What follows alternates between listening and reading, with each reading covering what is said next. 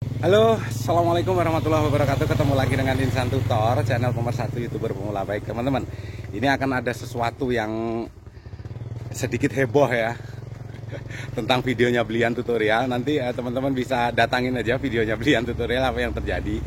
Karena ini kasusnya sama dengan saat Insan Tutor subscribernya masih 7.000, itu mau dibantai youtuber besar yang subscribernya sudah 800.000 dan menganggap dirinya itu guru YouTube. Itu dulu ya. Tapi ternyata Insan Tutor lebih barbar lagi. Bahkan ada dulu beberapa konten kreator tutorial yang ingin atau tidak memberikan panggung ke Insan Tutor, dan Insan Tutor sampaikan pada waktu itu, jangan kasih panggung Insan Tutor juga siap merobohkan panggungmu. Itu jawaban saya dulu.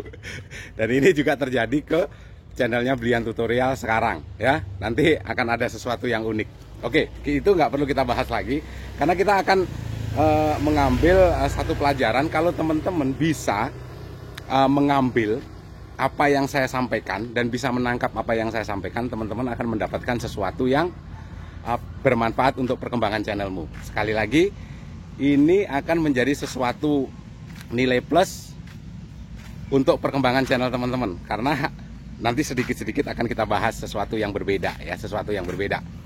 Oke, karena ini juga masih ada hubungannya sebenarnya dengan channelnya Blian Tutorial. Karena biasanya kenapa ke orang bodoh itu selalu menganggap dirinya paling pinter, dan orang pinter itu biasanya kalau menggunakan ilmu padi semakin berisi semakin menunduk. Itu juga sebenarnya saya juga tidak sepemahaman. Kenapa?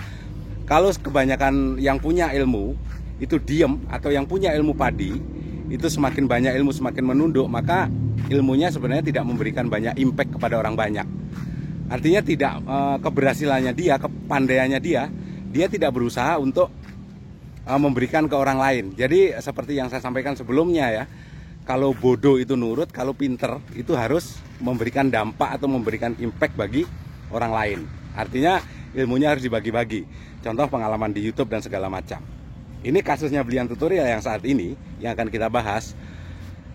Ini sama, saya juga punya satu pengalaman ya. Ini begini, nanti ambil positifnya ya, ambil positifnya, dan gak usah aneh-aneh dari perjalanan saya. Dan ini teman-teman bisa nanti mengaitkan dengan video teman-teman atau channel teman-teman dari pelajaran ini. Dulu saya pernah dimintain tolong di saat saya masih di dunia kerja ya, waktu itu di salah satu BUMN terbesar di Indonesia juga. Itu teman saya yang satu kampus dengan saya dulu, itu pernah menitipkan anaknya yang kebetulan juga baru lulus kuliah dan gelarnya adalah sarjana. Bang, Mas tolong dong anak saya dimasukkan ke, siapa tahu Mas punya channel di perusahaan lain selain perusahaan saya ya. Kebetulan perusahaan saya kan tentang di industri keuangan ya, dan tidak sesuai dengan basic pendidikannya dia.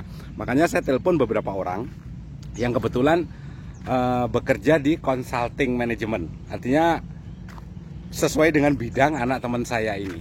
Jadi setelah beberapa minggu akhirnya dipanggil untuk melakukan wawancara dengan HRD. Dan salah satunya adalah itu sampai bapaknya protes ya ke saya.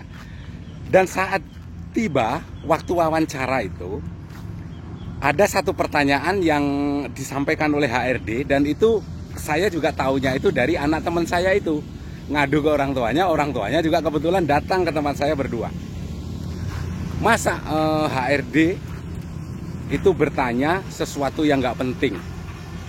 Dikiranya kita ini orang bodoh kayak lulusan SD apa?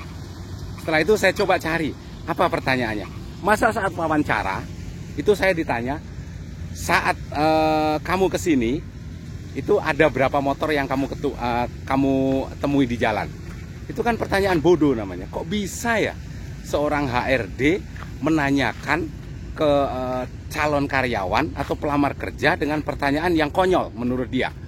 Jadi menurut dia, padahal ini lulusan sarjana ya, bapaknya juga lulusan sarjana.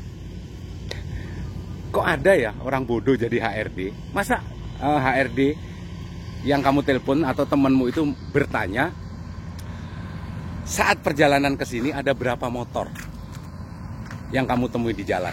Terus kamu jawab apa? Ya jawabannya akhirnya kan ngawur. Waduh, saya kurang tahu, Bu. Nah, sebenarnya yang bodoh ini siapa? Karena saya juga tidak mau menjas teman saya dan anaknya ini juga bodoh. Karena dia menganggap si HRD yang bertanya seperti itu bodoh. Menanyakan berapa motor yang kamu temui di jalan. Tapi bagi saya, bagi orang yang berpengalaman tentang dunia kerja, dan bagi orang yang mungkin sudah malang melintang di industri keuangan kayak saya, itu sebenarnya bukan pertanyaan yang aneh. Apalagi saya memasukkan dia di sebuah perusahaan consulting management. Jadi sebenarnya itu bukan pertanyaan absurd, ya, bukan pertanyaan absurd. Jadi pertanyaan itu sebenarnya mengarahkan ke calon pelamar kerja atau calon karyawan ini untuk pandai menganalisa. Kalau memang dia cerdas dan dia layak dipekerjakan di tempat tersebut, seharusnya jawaban yang tepat adalah apa? Kalau ditanyakan dari tempat kerja, dari tempat kamu sampai kantor sini tadi ada berapa motor yang kamu temui? Itu kan pertanyaan sebenarnya butuh jawaban yang sedikit memang dibutuhkan kecerdasan. Karena itu pertanyaan yang mengarahkan ke analisa. Di perusahaan consulting management ini kan membutuhkan analisa yang cukup kuat. Ya, membutuhkan analisa, membutuhkan langkah yang cerdas, membutuhkan keputusan yang cepat, apalagi perusahaan yang bertaraf internasional. Jadi kalau ada pertanyaan seperti itu, seharusnya jawabannya adalah kurang lebih saya dari rumah 10 kilo. Jadi setiap kilo itu misalnya ada 1000 motor yang lewat. Berarti kalau 10 kilo yang saya temui adalah 10.000 motor.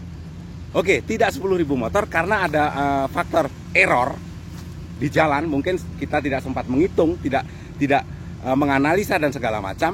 Oke, margin errornya mungkin 30%. Artinya ada motor sekitar 7.000 motor yang saya temui. Jadi otaknya itu harus pintar menganalisa. Jadi sebenarnya itu bukan pertanyaan tolol, bukan pertanyaan bodoh, bukan pertanyaan asal-asalan yang diberikan oleh seorang HRD, tapi pertanyaan yang memancing, bisa nggak ini dijadikan karyawan di tempat ini? Karena karyawan di tempat dia bekerja, di tempat HRD bekerja, itu membutuhkan analisa. Harus menganalisa, ngambil keputusan dan segala macam. Jadi kalau pertanyaan ini dianggap bodoh, artinya sebenarnya yang bodoh siapa? Teman saya itu atau anak teman saya yang menganggap HRD itu bodoh. Dia menganggap HRD itu bodoh dengan pertanyaannya karena dia tidak tahu, bos. Ya, karena dia tidak tahu arah pertanyaan itu. Yang ditanyakan juga kurang pengalaman. Ya, jadi ketidaktahuan, merasa egonya tinggi, merasa lulusan sarjana, merasa paling pinter, makanya menganggap si HRD tersebut bodoh. Padahal kalau dianalisa, yang bodoh siapa, yang tolol siapa, yang dongok siapa. Jadi saya tidak mau menjudge teman saya itu bodoh, tolol dan dongok. Saya jelaskan dulu. Ya, biarkan dia bilang sendiri, mengakui ketololannya dia sendiri. Akhirnya saya jelaskan ke teman saya. Bro, anakmu saya masukkan ke, lagi ngobrol bertiga, anakmu saya masukkan ke perusahaan yang bergerak di bidang consulting management. Ya kan?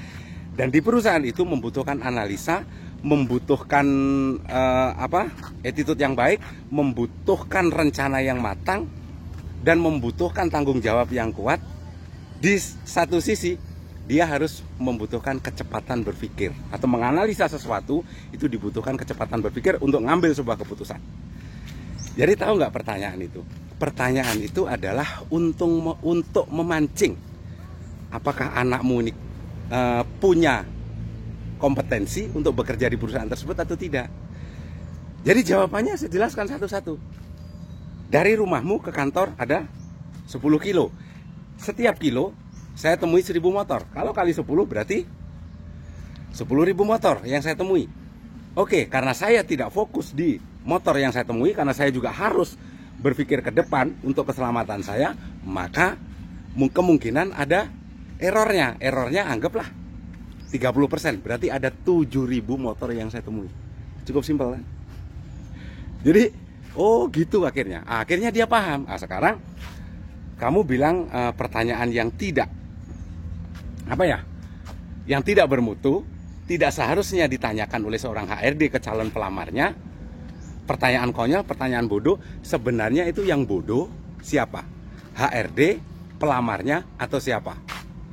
Oh gitu ya, berarti ya akhirnya nyalahin anaknya. Oh berarti kamu yang bodoh. Bukan hanya kamu yang bodoh, bukan anaknya juga yang bodoh, tetapi siapa? Kalian berdua udah bodoh, dongok, ngeyel lagi.